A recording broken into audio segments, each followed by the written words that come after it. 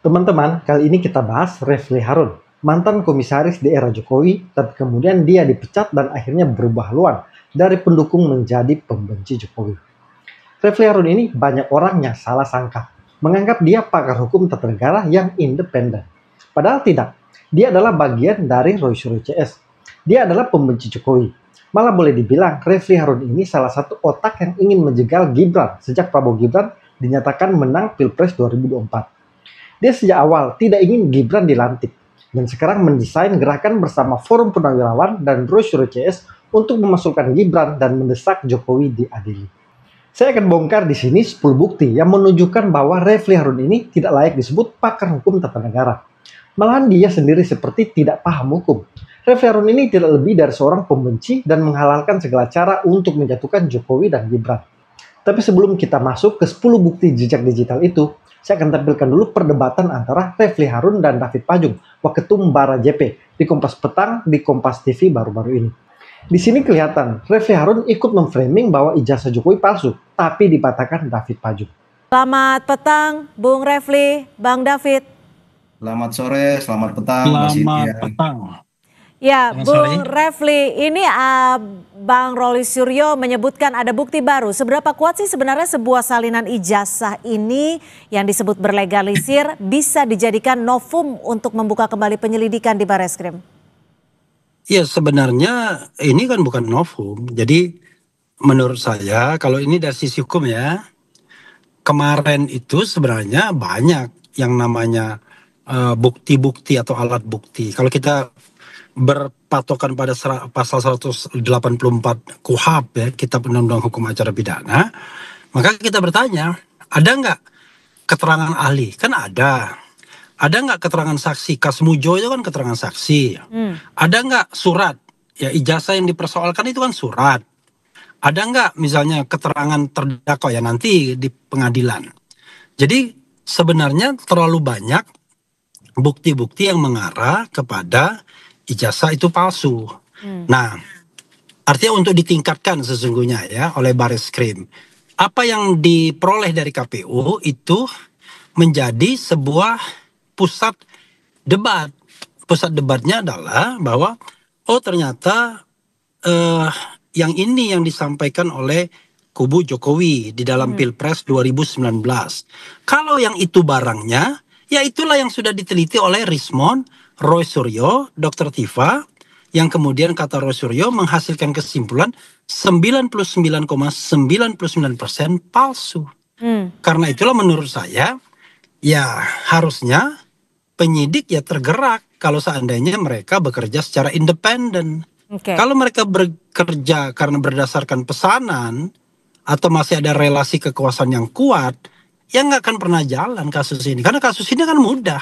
Misalnya Pak Jokowi mengatakan, siapa bilang palsu nih yang ngasih saya? Nih, dia tunjukkan dan kemudian udahlah daripada Anda berdebat semua, lebih baik kita selesaikan, ujilah secara forensik. Nah kalau itu kan selesai. Tapi ini kan masalahnya, ijazah itu kok seperti kata orang, maaf kata ya, seperti alat pribadi orang yang tidak boleh dilihat begitu. Padahal kita biasa aja.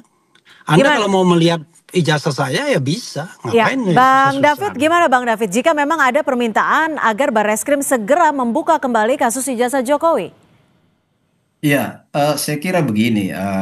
Tadi kalau Bung Refly katakan bahwa silakan ditunjukkan, kan Pak Jokowi sudah membawa ijazahnya ke kepolisian kan, ke Barreskrim udah ditunjukin. Nah ini juga ke Polda Metro juga Pak Jokowi udah bawa ya. Nah kenapa Pak Jokowi nggak mau mengumbar ijazah? Karena itu hak pribadi setiap orang ya. Dan juga itu penegasan dari Undang-Undang Keterbukaan Informasi Publik ya, nomor 14 tahun 2028 ya, pasal 17 itu kan ada pengecualian ya. Ya Artinya jangan semua, pasal 17 saja dibaca, baca pasal 18 ayat 2. Jadi nggak semua hal itu bisa diumbar ke Baca publik 18 ayat 2. karena ada pengecualian. Pengecualian yang termasuk ijazah, riwayat kesehatan seseorang, rekening bank, kecuali diizinkan oleh sang pemilik. Nah, itu yang pertama. Kalau terkait dengan jabatan publik, Anda kalau baca jangan separuh-separuh dong. Ya, kita baca total, baca utuh juga, Bung Refli. Nah, kemudian Coba gini, baca 18 ayat 2. nanti gini, nanti gini, ini kan pasti akan dipanggil ke Polda ya, akan dipanggil Oke. semua, termasuk Oke. pelapor Pak Jokowi maupun apa yang dilaporkan ini kan, Roy dan CS-nya lah gitu. Oke, Ini kan pasal 18 yang Anda maksud seperti apa? Mungkin Bang David bisa sekaligus menanggapi. Gimana, Bang? Jadi, Undang-Undang Keterbukaan Informasi Publik itu, Undang-Undang 14 2008, itu bicara tentang pengecualian ya, dokumen-dokumen yang tidak perlu dibuka. Salah satunya adalah riwayat pendidikan seseorang. ya, Dengan kata lain ijazah. Tapi itu tidak berlaku kalau seandainya dua hal ini terpenuhi, baik salah satunya atau dua-duanya, yaitu satu diizinkan oleh pemiliknya, dan yang kedua terkait dengan jabatan publik. Oke. Kan yang kita bicarakan ini adalah ijazah yang disampaikan kepada KPU, dan itu terkait jabatan publik Tapi paling kan Pak tinggi di Jokowi Republik sekarang sudah Indonesia. tidak menjabat lagi. kan masalahnya ini Jadi soal waktu juga. Mbak, yang dimasalahkan ini adalah ijazah yang digunakan untuk jabatan publik. Jadi penggunaan ijazahnya itu yang paling penting, begitu. Oke. Jadi karena kalau saat Anda bikin mengajukan ijazah tapi untuk disimpan di rumah, maju walaupun baik itu palsu, wali nggak ada kota, masalah. gubernur Tapi maupun begitu presiden. digunakan, Seperti itu itu ya yang Bang Refli ya? Iya. Oke, gimana Penggunaannya dalam jabatan Bang David? Ya, jadi gini ya, harus kita jujur juga memberikan pendidikan hukum kepada warga negara ya. Yang pertama gini, legal standingnya Roy Suryo dan kawan-kawan itu apa di situ ya? Yang diberikan kewenangan oleh Konstitusi UUD RI 1945, Undang-Undang Politik ya, itu adalah lembaga formal yang memasuki yang diberikan kewenangan dalam kontestasi pemilu dan pilpres, yaitu KPU. KPU yang paling punya hak untuk menyatakan bahwa ijazah itu asli apa enggak berdasarkan pemeriksaan administrasi dan faktual lapangan. Nah, faktual lapangan ini kan KPU semua sudah turun kan, dan ada kesaksian beberapa tokoh-tokoh atau ketua-ketua KPU. Pertama ya, Saudara Juri Ardianto, itu secara publik itu viral itu pernyataan Juri Ardianto sebagai mantan ketua KPU DKI ketika Pak Jokowi maju sebagai calon gubernur, dan beliau juga menjadi KPU pusat ketika 2019 Pak Jokowi menjadi calon presiden lagi. Itu Juri Ardianto mengatakan semua verifikasi administrasi dan faktualnya sah, legal. Makanya tadi yang benar yang dikatakan teman-teman itu bahwa legalisir. Legalisir itu dari kata legal, sah. Hanya diberikan legalisir karena fotokopi yang dimasukin. Aslinya sudah diverifikasi faktual. Mulai dari Solo, 2 periode KPUD Solo, naik ke DKI, lalu kemudian di pusat, ya KPU pusat. Kemudian dari Kementerian Dikti juga memberikan legitimasi soal itu. Tapi nah, pertanyaan saya sekarang, ya, coba yang dengarkan selain penjelasan KPU, saya. selain Halo? KPU, siapa yang punya legalitas dan legitimasi untuk menyatakan sebuah ijazah itu asli atau palsu? Ya, coba penerbitnya UGM di dengarkan sini. penjelasan saya. UGM di sini yang paling punya. Halo? Singkat saja Bung Refli. Silakan. Singkat, dia panjang lebar kok saya. Oke, silakan kami berikan waktu. Iya, gini ya. Kalau Anda bicara soal legal standing, ya kan, apalagi dikaitkan dengan konstitusi, Anda harus paham bahwa negara kita adalah negara yang berkedaulatan rakyat. Kekuasaan berada di tangan rakyat dan dilaksanakan menurut Undang-Undang Dasar. Warga negara seluruh republik ini memiliki hak-hak konstitusional. Salah satunya the right to. Ditahan dulu Bung David. Tahan dulu. Salah Silakan, Bung satunya Refli. the right to information. Hak untuk mengetahui sebuah informasi. Apalagi informasi ini terkait dengan soal-soal yang berguna atau paling tidak penting bagi yang namanya good governance, clean government negara ini. Itu satu. Nah, yang kedua, ya kan, orang biasanya ya itu lari kepada formalitas untuk menghindari substansi. Oke. Jadi Anda harus paham dalam hukum itu ada kebenaran yang substantif, ada yang kebenaran formalistik. Jadi Anda yang katakan itu formal semua. Wah, ini KPU-nya sudah gini, sudah itu dan lain sebagainya. Tapi ijazahnya sendiri nggak pernah ditunjukkan. Bagaimana kita kemudian bisa memberikan sebuah kebenaran substantif. Kebenaran Oke. substantif itu sudah disampaikan Roy Suryo Baik. yang mengatakan kalau itu ijazahnya itu palsu. Nah sekarang pertanyaannya adalah ada nggak bantahannya? Instead of Anda bilang itu sudah diuji dan lain sebagainya. Kan Baik. bantahannya kan harus pada objek yang sama. Begitu dong Ya, cara bantahannya metode sudah ilmiah clear. berpikirnya. Baik. Bantahannya sudah clear, Nah Bung. gitu. Baik. Kalau Anda Rektor cuma UGM, bicara formalitas, kita udah ya, tahu Pak rektor Jokowi itu UGM sekarang sudah menghindari menyatakan itu. pengujian ijazah. Legalitas Baik. Udah paham total, kita. ya. Anda Baik, nggak kami berani tangkap memberi juga dari disimpulkan KPU-nya. apa yang dilakukan atau Iya. diinginkan Bang Roy Makanya Suryo CS. perdebatan kita ini nggak substantif karena Oke, ijazahnya atas- nggak pernah mau dikeluarkan. Baik. Loh, Kalau ijazah ijazahnya sudah clear dikeluarkan, kok. diuji sama-sama. Loh, yang akan Selesai. menguji itu bukan Gitu. Roy yang mantan narapidana itu, nggak mungkin Pak Jokowi mau Nah, kan kasih. Anda langsung Kan, ya, melakukan sebuah integritas diskredit yang kemudian seseorang, menghindar. ya, integritas Anda seseorang itu juga menghindari Baik. menentukan substansi kepercayaan publik. dengan kemudian menyebut Roy Suryo Ya, narapidana memang dan clear lain ini. Baik, kami Itu sudah bohong, tangkap itu apa yang dimaksud oleh Bung Bukan Refli kebohongan dan itu. juga Dia kan Bung mantan David narapidana. Yang atas bohong itu perspektifnya sore Anda. hari ini. Itu bohong. Kita nantikan apakah Bareskrim akan kembali membuka kasus ijazah Joko Widodo. Terima kasih Bang David Pajung dan juga Bang Refli Harun sudah berbagi perspektif. Ini kelihatan Refli Harun sebenarnya tidak layak disebut pakar hukum. Dia hanya menafsirkan hukum sesuai kepentingannya. Karena jelas ijazah itu adalah dokumen pribadi. Jadi terserah Jokowi untuk memperlihatkan atau tidak. Tapi Jokowi juga kan pada kenyataannya sudah menunjukkan ke wartawan dan menyerahkan ke polisi sebagai barang bukti. Tapi memang Jokowi tidak mau memperlihatkan ke Roy Suryo CS dan itu hak pribadi Pak Jokowi. Yang lebih tepat seperti Bona Silalahi. Dia tahu tidak bisa meminta ke Jokowi karena ijazah ranah pribadi. Jadi dia ke KPU sebagai lembaga publik untuk meminta dokumen salinan ijazah Jokowi. Dan itu diberikan KPU, fotokopi ijazah Jokowi yang dilegalisir. Jadi membuktikan ijazah Jokowi asli karena ada legalisir UGM. Soal legal standing juga, yang dimaksud David Pajung bahwa Roy Suryo CS ini tidak punya legal standing untuk menyebut ijazah seseorang palsu. Karena Roy Suryo bukan lembaga yang punya kewenangan itu. Yang berhak menentukan ijazah Jokowi asli atau palsu yaitu UGM yang mengeluarkan dan hakim ketika dalam proses peradilan. Tapi Refli Harun coba putar bahwa setiap warga negara berhak. Ini kan kacau. Jadi Refli Harun ini sebenarnya bagian dari tim Roy Suryo CS. Sehingga lihat saja, di mana ada Roy Suryo, di situ ada Refli Harun. Sehingga tidak tepat juga dia selalu diundang sebagai pakar hukum.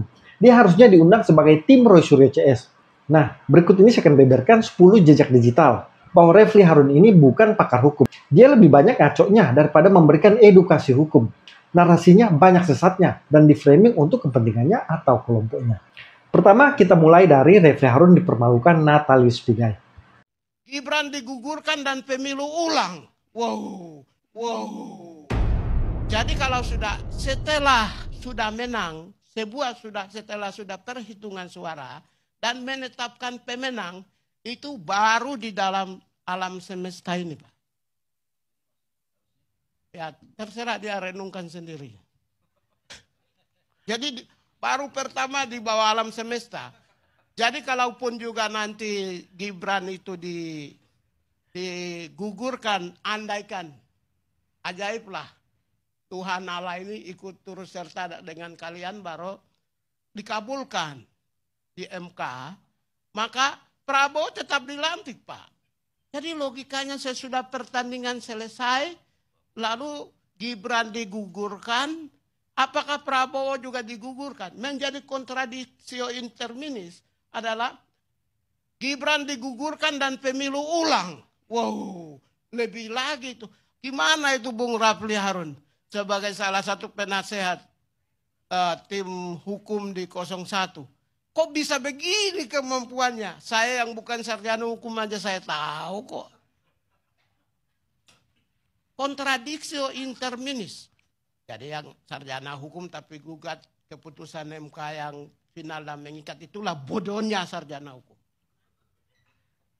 Karena final dan mengikat tidak bisa digugat. Jadi itu sekedar masukan. Jadi maksudnya kok bisa ya Gibran digugurkan tapi meminta pemilu ulang. Sesuai dengan aturan yang saya tahu, Gibran digugurkan tetap Prabowo dilantik, Pak.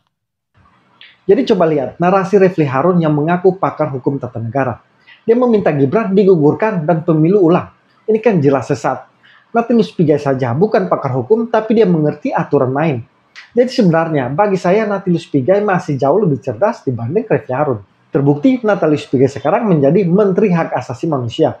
Sedangkan Refli Harun, apa jabatannya saat ini? Nol besar.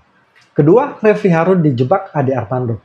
Menurut Anda, Bentar. mungkinkah dia ini menggunakan neuroscience tadi untuk menilai asli palsunya sebuah ijazahnya Pak Jokowi? My Terangkan dari question tadi is, itu. karena saya bukan ahli, saya tidak tahu jawabannya. Anda tidak tahu? Oke. Iya, karena saya Ya bukan sudah. ahlinya. Nah, jadi Sudah, Part saya satu. selesai. Kedua, saya belum baca bukunya. Bukan. Pakai akal sehat Anda. Akal sehat itu harus di-driven by ilmu pengetahuan juga. Iya. Masa kosongan? Saya kan Nggak, bukan seorang ilmu ahli tentang neuro Sudah, itu saya untuk ingin menjelaskan ilmu saya aja. ijazah itu palsu Ya, sudah. atau tidak. Sudah ya. Lalu, nah, daripada Anda ribut dengan neuroscience dan lain sebagainya, wah bisa apa enggak? Tunjukkan aja ijazahnya. Karena saya berbicara ya mengenai hal yang paling sederhana. Saya pernah ulangi. Teman saya di Belanda bingung. Kok ada ya di Indonesia orang ribut mengenai keaslian ijazah? Iya, bodoh sekali itu. Iya, padahal kan tinggal ditindaklanjuti dengan memperlihatkan saja nih. Kan dituding seperti itu. Bagus, makanya ke pengadilan itu bagus. Oh bukan, bukan. Itu benar sekali itu. kalau orang bicara pengadilan itu masih purba. Kalau orang bicara pengadilan itu masih purba. Kalau orang bicara pengadilan itu masih purba. Saya mengatakan dua hal. Purba. Ya kan? Dua hal. Anda jawab terus. Saya nggak pernah membantah Kenapa Anda. purba? Saya mau jelaskan dulu ya. Jadi kalau kita bicara pendekatan hukum itu, ya, kalau Anda sebentar-sebentar, ayo kita pengadilan, itu Anda masih menggunakan pendekatan lama, ya kan? Kenapa? Oke. Loh, pendekatan baru itu macam-macam. Ada yang namanya alternative dispute resolution, tidak perlu ke pengadilan semua. Kalau suatu kasus itu bisa diselesaikan dengan penyelesaian alternatif, orang akan menyelesaikannya. Beliau ini sudah mengangkat isu ini selama 2022 tadi ya? Bro, 3 tahun. Sini gini. Bisa nggak saya bicara tanpa dia menyela-menyela terus? Kalau begitu, ya saya akan layani terus. Jadi logika sederhana dari Ade Armando saja tidak bisa dilawan Refli Harun. Ini maksudnya soal Dr. Tifa yang mengaku pakar ilmu neuroscience untuk membuktikan ijazah palsu Jokowi. Kan tidak ada hubungannya dokumen fisik dengan neuroscience. Tapi Refli Harun tidak bisa menjawab itu dengan alasan belum membaca buku Jokowi white paper. Yang menarik juga, Refli Harun tak sadar dijebak Ade Armando dengan mengaminkan bahwa bodoh sekali orang yang mempersoalkan ijazah. Dia tidak sadar sedang mempermalukan Roy Suryo CS. Ketiga, Refli Harun diskakmat Otto Hasibuan. Otto Hasibuan menjadi lawyernya kasus kopi racun, ya, kopi sianida. Lokus deliktinya jelas, tempus deliktinya jelas, sidangnya berkali-kali, pakai saksi, pakai ahli. Padahal untuk satu hal saja. Di MK itu yang namanya masalahnya ada ribuan. Jangan-jangan ratusan ribu masalahnya. Atau jutaan bahkan. Penerima bansos kan jutaan. Tetapi kita diberikan kesempatan untuk membuktikan hanya 1 hari saja. Dengan 19 orang maksimal saksi dan ahli. Komposisinya terserah. Terhadap sidang yang demikian, kita sudah paham. Tidak mungkin kemudian kita mengandalkan saksi-saksi saja. Karena itu yang kita andalkan 2 hal. Pertama, ahli. Kita ingin mengadakan yang namanya scientific approach, pendekatan yang ilmiah. Dan yang kedua adalah alat-alat bukti. Jadi begini, tadi kan Refli kan bilang, Otto ini kan menangani kasus sianida. Lokus deliktinya jelas, saksinya jelas dan sebagainya. Bagaimana ini kan kasusnya MK seluruh Indonesia. Bagaimana kita punya waktu pendek bisa membuktikan itu semuanya. Kan itu tadi yang disampaikan. Nah, saya ingin menyampaikan bahwa justru itulah sebabnya Undang-Undang Pemilu mengatur bahwa yang dibawa ke MK itu hanyalah mengenai soal perselisihan suara. Jadi nggak mungkin Anda bisa mempersoalkan TSM dalam tempo waktu 14 hari. Ya memang, saya maklumi. Itu sebabnya Anda tidak bisa membuktikan di pengadilan tentang bukti-bukti TSM. Coba, bagaimana Anda bersoal tentang ada satu kejadian, lantas Anda bilang masif. Kalau masif itu kan seluruh Indonesia minimal setengah. Indonesia. Satu peristiwa kejadian umpamanya, katakanlah ada yang benar umpamanya, katakan umpamanya dong. Saya nggak bilang benar, tapi katakan ada satu. Bagaimana Anda bisa buktikan bahwa itu masif? Jadi nggak mungkin kan gitu. Jadi kalau Anda masuk ke arena TSM, kita bicara dulu lah. Oke, asumsinya seandainya Mahkamah Konstitusi mengatakan berwenang, nggak ada bukti yang Anda buktikan itu. Masifnya di mana? Ya kan? Terstrukturnya di mana? Sistematisnya gimana? Ingat, ini sengketa, bukan pengujian undang-undang.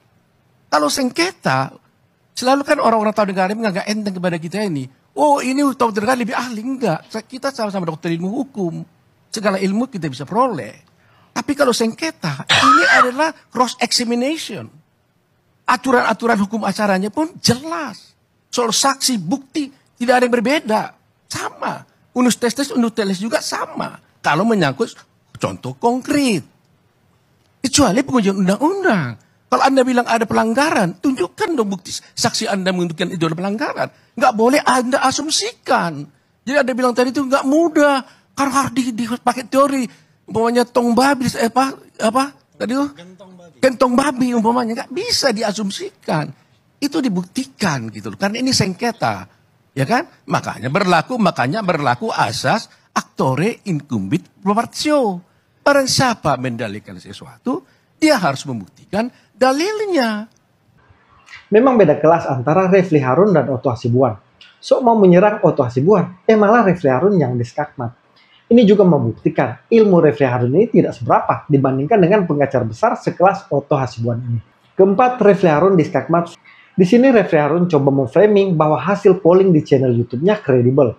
Padahal polling YouTube itu bersifat echo chamber. Karena yang ikut polling kebanyakan hanya subscriber Refli Harun. Jadi otomatis mendukung narasinya. Tapi yang menarik, dia tidak sadar di pollingnya itu membuktikan juga bahwa nama Jokowi tercemar akibat fitnah ijazah palsu dari Roysuryo CS. Jadi betul kata Susno Duaji, polling ini bisa dijadikan bukti nama Jokowi tercemar. Jadi Refli Harun tidak sadar sedang melemahkan kubu Roysuryo CS temannya.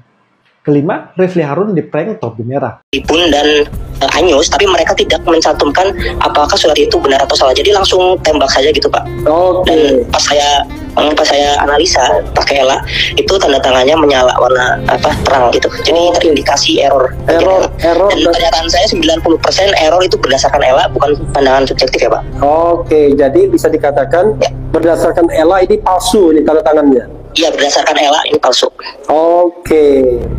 Ya mudah-mudahan apa yang Anda sampaikan itu semata-mata karena memang hal yang sifatnya ilmiah ya. Berdasarkan itu open source yes. Yang ELA Anda itu. Ya open source bisa, terus kalau misalkan mau dicoba pakai ELA yang berbayar juga menurut saya hasilnya tuh sama karena ELA ini sudah dipakai sama orang-orang India, Pak. Oke. Ya. Oke, terima kasih ya. Nanti kita akan bahas mungkin lebih lanjut ya Sabtu Minggu nanti ya. Oke, Pak, siap. Oke, terima kasih Mas Topi Merah. Sama-sama, Pak. Oke. Ya, Assalamualaikum. Waalaikumsalam warahmatullahi wabarakatuh. 1,000 years later. Oke, dia telepon lagi. Oke. Halo, saya masih live. Gimana? Iya, Pak, mohon maaf.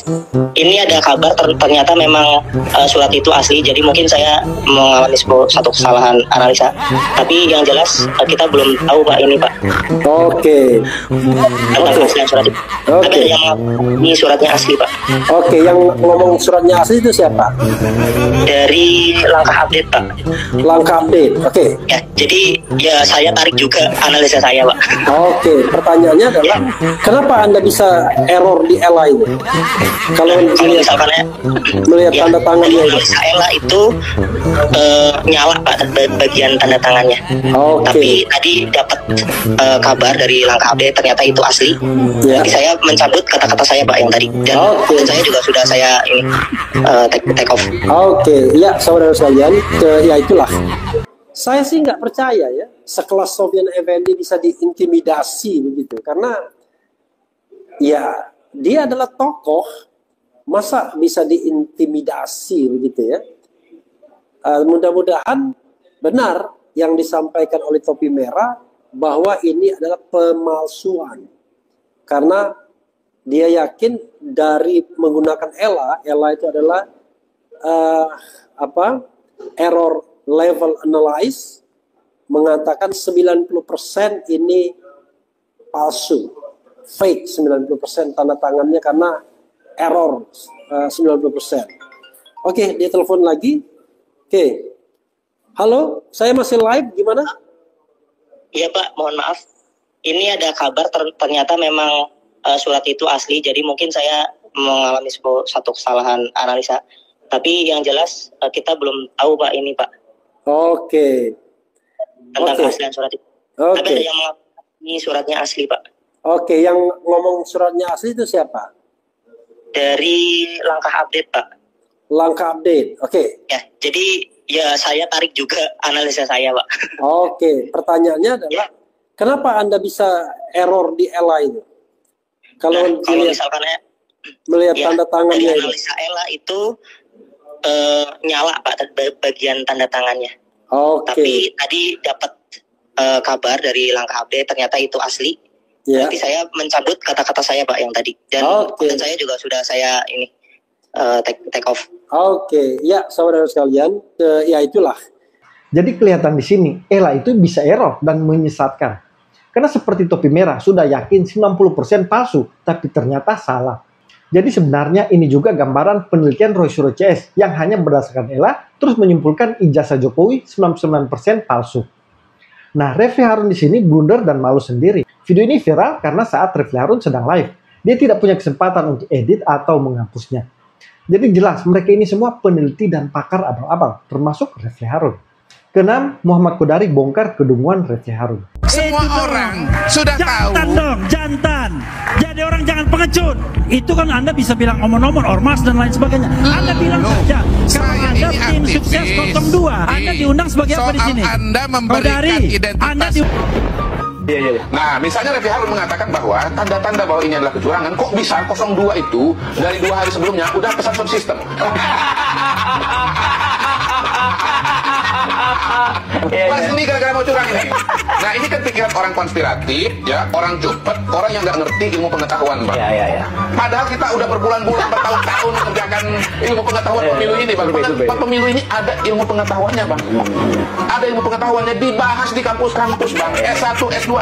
Di kampus saya S2 di Inggris itu, jurusan itu political behavior. Perilaku politik. Kampusnya Essex University. Kalau nggak percaya datang ke sana, sekolah ke sana. Bukan beli. Di sini jelas Refli Harun itu masih kalah sama Muhammad Kodari. Karena seorang pakar tapi menarik kesimpulan keliru. Dan ketika terpojok marah-marah dan mulai menyerang personal. Coba bandingkan Refli Harun dengan pakar sebenarnya seperti Yusril Iza Mahendra yang memberikan penjelasannya dengan tenang dan lugas. Sangat kelihatan berilmu. Tapi Refli Harun ini hanya modal ngotot doang. Ilmunya masih minim. Ketujuh, Refli Harun sombongnya tantang debat Jokowi.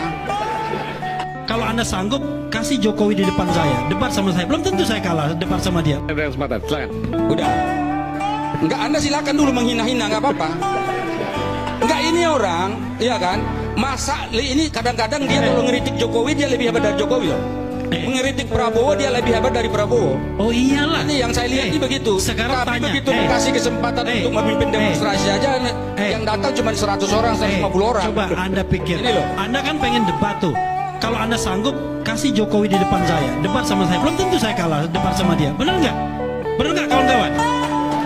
Kalau dia sanggup bawa Jokowi ke sini, debat sama saya, belum tentu saya kalah loh debat sama dia. Menurut Jokowi kan nggak kelas, makanya nggak mungkin debat dengan yang nggak kelas itu dia. Karena Jokowi itu sudah 2 periode.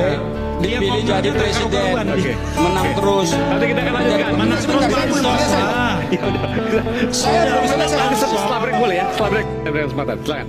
Udah. Enggak, Anda silakan dulu menghina-hina, nggak apa-apa. Enggak, ini orang, iya kan? Masa ini kadang-kadang dia kalau ngeritik Jokowi dia lebih hebat dari Jokowi loh. Mengeritik Prabowo dia lebih hebat dari Prabowo. Oh iyalah. Ini yang saya lihat ini begitu. Sekarang tapi tanya, begitu dikasih kesempatan untuk memimpin demonstrasi aja, yang datang cuma 100 orang, 150 orang. Coba. Di sini kelihatan Refli Harun ini arogan dan sok paling hebat. Dia nggak sadar diri, tidak bisa membedakan presiden 2 periode dengan seorang mantan komisaris dipecat pula karena nggak becus bekerja. Jadi Jokowi itu sudah banyak prestasi, tapi Refli Harun apa prestasinya? Refli ini mencalonkan diri jadi bupati atau anggota dewan saja belum tentu menang, tapi sombongnya minta ampun. Kedelapan, bobrok Refli Harun dibongkar habis. Satu, Refli Harun dipecat 2 kali. Jadi komisaris Jasa Marga. Yang satu lagi komisaris Pelindo. Jadi saya bisa pahami narasi-narasi Bapak Refli Harun yang terhormat. Anda bicara terlihat aroma kebencian karena Anda dipecat 2 kali jadi komisaris, dan itu sungguh sangat menyakitkan. Saya secara pribadi kalau jadi Anda pasti akan marah dan kecewa. Hanya permasalahannya ketika Anda mulai mengungkapkan suatu narasi yang tidak sesuai dengan fakta, Anda mengungkapkan kebencian, dan menurut saya itu tidak layak Anda ucapkan sebagai seorang pakar hukum tata negara. Ya. Sayang sekali Bapak Refli Harun. Reputasi Anda mau pertaruhkan dengan reputasi Bapak Presiden Joko Widodo. Dan Anda mau bertaruh dengan Bapak Jimli Asidik. Nonsen. Masyarakat segera akan tahu bahwa apa yang Anda narasikan itu berdasarkan kebencian dan bukan sama sekali berdasarkan fakta. Dan ini tidak mendidik masyarakat dengan baik. Anda memiliki karakter yang tidak baik. Bagaimana mungkin Anda berbicara sebagai bagian dari society masyarakat kita, bangsa Indonesia? Anda tidak mendidik generasi muda, masyarakat. Anda dipenuhi dengan rasa benci yang luar biasa kepada Bapak Joko Widodo. Dan tentunya Anda akan mengalami akibatnya. Reputasi Anda makin tidak bisa dipercaya. Dan kalau ini terus Anda lakukan, saya kok yakin bahwa Anda akan tenggelam nama baik Anda. Di dalam podcast-podcast yang saya lihat, Anda kan selalu mengundang orang-orang yang menjadi pembencinya Jokowi. Padahal Anda 2 kali duduk jadi komisaris dan dipecat oleh Bapak Jokowi melalui Erick Thohir. Ya, melalui Rini Sumarno. Dan ini sungguh sangat memalukan. Masyarakat harus tahu bahwa Anda dipecat 2 kali dan sekarang begitu bencinya, makanya Anda terus menarasikan hal-hal yang tidak baik. Saudara, netizen kita bisa lihat apa saja pribadi-pribadi yang muncul di sosmed yang kita lihat di dalam penampakan hari-hari ini. Mereka rata-rata tidak memiliki reputasi yang relevan, yang tidak punya reputasi yang baik. Bagaimana mungkin melakukan penghakiman kepada seorang Joko Widodo, presiden yang begitu berprestasi, diakui, mendapatkan approving rate 80 sekian %.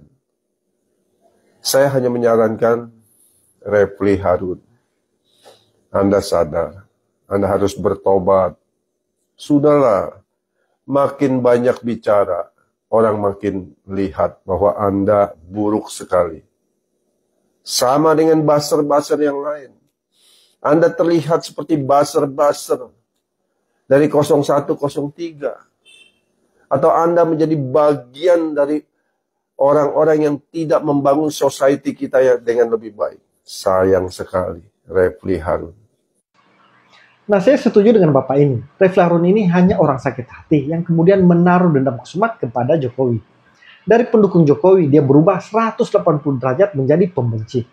Tapi sayangnya, narasinya sudah jauh dari kata seorang labor pakar hukum tata negara. Kesembilan, Refli Harun rancang skenario agar Gibran tidak dilantik. Kita konsentrasi saja meminta atau menggugat MPR agar tidak melantik Gibran. Jadi fokusnya ke sana semua. Ya, sepakat ya? Sepakat. Oke. Ya, oke. Kita kalau mau berjuang jangan ngomong dulu setelah pelantikan. Kalau setelah pelantikan nanti aja kita ngomong lagi. Iya, benar. Jadi seolah-olah kita udah pasti gagal, jangan begitu. Pokoknya sampai tanggal 20 kita berkonsentrasi untuk menuntut Gibran jangan dilantik, tidak dilantik. Oke. Jalannya adalah ke Majelis Permusyawaratan Rakyat.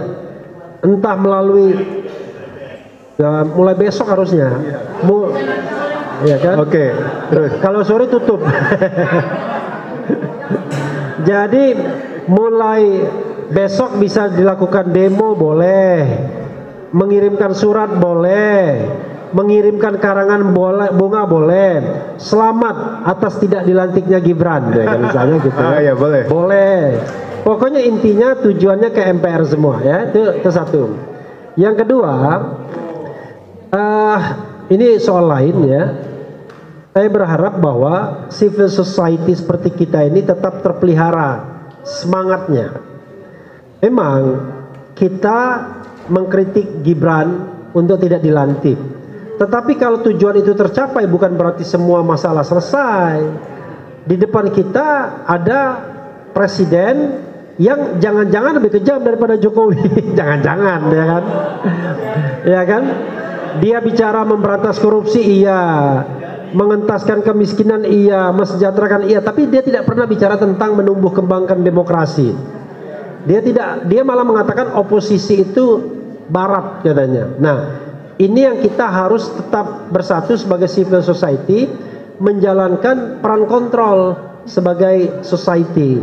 Saya sudah berjanji dan selalu mengatakan dalam setiap kesempatan 5 tahun masa pemerintahan Presiden Prabowo titik-titik, saya tidak tahu titik-titiknya ya, bisa Gibran bisa yang lain kan, Prabowo titik-titik, saya tidak akan menerima jabatan apapun dari Prabowo. Mantap. Artinya selama 5 tahun masa pemerintahan Prabowo, saya akan tetap berada di civil society. Mantap. Ya, menjalankan peran pengkritik, peran untuk check and balance, peran untuk mengontrol kekuasaan. Karena kalau tidak, kita bisa terjebak kepada lubang yang sama. Karena banyak sekali teman-teman kita waktu di era Mulyono mengklaim saya datang ke Mulyono untuk ngasih warna, ya kan? Berjuang dari dalam, bullshit semuanya, ya kan? Ya, sampai di dalam jadi penjilat, ya kan? Udahlah, kita dari awal tahu watak kekuasaan. Kalau tidak diimbangi, maka kekuasaan itu cenderung akan otoriter. Nah, kita jadi pengimbang. Jadi saya nanti mudah-mudahan Bang Medi tetap menyediakan rumah ini untuk pusat pergerakan oposisi, ya kan? Siap. Dan apa yang takbir al-insan. Nah, apa yang kita lakukan ini adalah suatu hal yang sifatnya konstitusional. Tetapi bagi penguasa yang mulai otoriter bisa menjadi masalah hukum, ya kan? Kemarin saya pidato di Lemhanas, tumben-tumbennya saya diundang Lemhanas. Setelah 2 tahun lebih nggak diundang, akhirnya diundang sama Lemhanas. Nggak, karena ditandemkan dengan Margarito Kamis, ya kan? Satunya lagi Adi Prayitno. Ya udah, saya ceramain aja jenderal-jenderal yang temannya Pak Narko itu kan, juniornya Pak Narko ya. Kita bicara tentang demokrasi, bicara tentang bagaimana membangun budaya egaliter di partai politik. Saya bilang, you name it, mana partai politik kita yang demokratis? Semua feodal, termasuk Gerindra, saya bilang Prabowo, termasuk SBY dengan AHY, termasuk kemudian juga yang sipil seperti Nasdem dan lain sebagainya. Karena itu, ke depan mudah-mudahan kita tetap bersama menjadi bagian dari civil society. Jangan khawatir soal rezeki. Karena kalau soal rezeki Allah yang menentukan dan Medi yang akan mendoakan. Bang Medi akan mendoakan. Itu aja ya. Mudah-mudahan kita tetap bersama-sama. Hari ini Fufu Fafa, besok Fafa Fufu. Wassalamualaikum warahmatullahi wabarakatuh. Sebentar Bang Refli, sebentar. Ini ada yang belum dibicarakan, tanya tentang gugatan PDIP PT UN 10 Oktober ya. Jadi kalau misal PT UN nggak tahu hakimnya tahu lurus mengabulkan gugatan PDIP, berarti PT UN memintakan KPU membatalkan pencalonan Gibran kan, ya. Berarti kita harapkan nggak tahu hakim jujur. Kalau misalnya KPU melawan, ya kita makin enak ini jadi amunisi kita buat demo kan. Jadi gimana pandangan saya hukum itu? Ya, jadi tanggal 10 itu kita tunggu. Tapi bisa jadi hakim akan lebih berani kalau seandainya sebelum tanggal 10 itu sudah ada gerakan-gerakan yang mendukung Gibran tidak dilantik.